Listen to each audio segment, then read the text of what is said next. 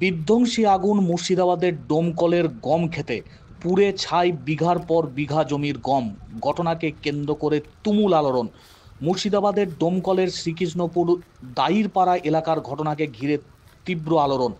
অগ্নিকাণ্ডের জেরে বিঘার পর বিঘা জমির গম পুড়ে ছাই হয়ে গিয়েছে।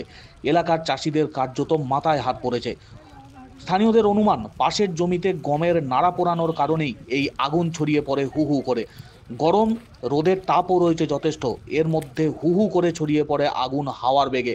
ঘটনার খবর পেয়ে ঘটনাস্থলে পৌঁছেছে দমকল পৌঁছানোর আগেই বিশাল পরিমাণ ক্ষতি হয়ে গিয়েছে গম জমির। চাষিদের মাথায় হাত, লক্ষ লক্ষ টাকার ফসল নষ্ট হয়ে গিয়েছে। সামগ্রিক ঘটনার তদন্ত শুরু করেছে পুলিশ। বিধ্বংসী অগ্নিকাণ্ডে বিঘের পর বিঘে জমির গম পুড়ে ভস্মীভূত। ঘটনাকে ঘিরে তুমুল আলোড়ন মুর্শিদাবাদের ডোমকলে।